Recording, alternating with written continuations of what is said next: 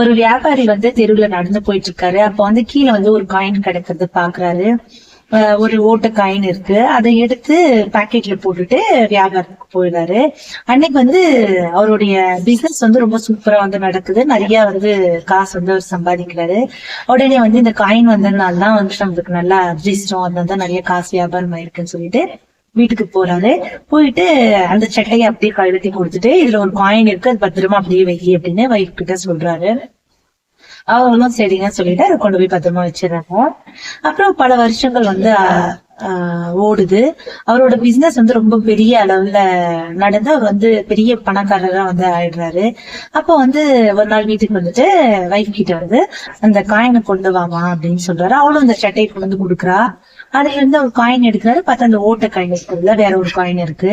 என்ன இது அப்படின்னு கேக்குறாரு. அதுக்கு வைஃப் சொல்றா, இல்லங்க அது வந்து தொலைஞ்சிடுச்சு, நீங்க திட்டுவீங்கன்னு சொல்லிட்டு நான் வேற ஒரு காயினை மாத்தி வச்சுட்டேங்க அப்படிங்கிறா.